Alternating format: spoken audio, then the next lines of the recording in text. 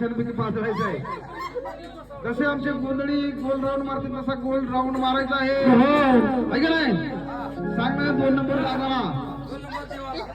आमचा मधला देव बघा कसा करतोय. कसं झालं पाहिजे? अगं देवी तुझा काकडा पाजळला.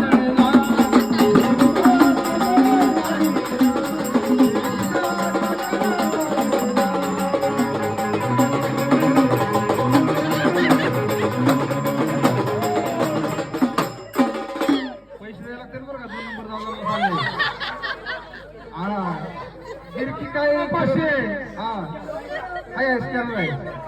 बरं का गिरकी जवळ मारत नाही तो सुट्टी नाही.